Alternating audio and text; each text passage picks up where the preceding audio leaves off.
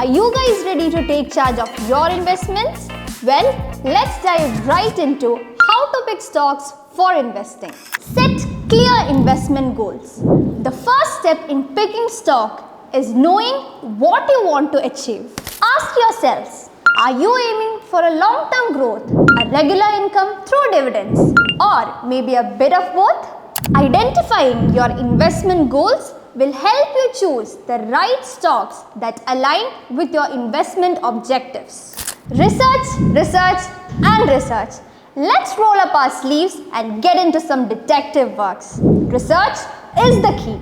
Look into the companies you're interested in. Dive deep into their financial statements, annual reports, and presentation. And then decide on your choice. The third thing is financial health check. When you are considering a stock, don't forget to check its financial health. Pay attention to the essential financial ratios.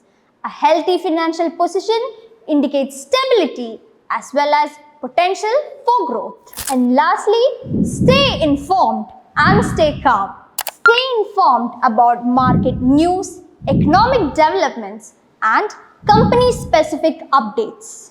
Remember, investing is a journey, and staying calm during market ups and downs is essential for a long-term success. These were the essential steps to pick stock for investing.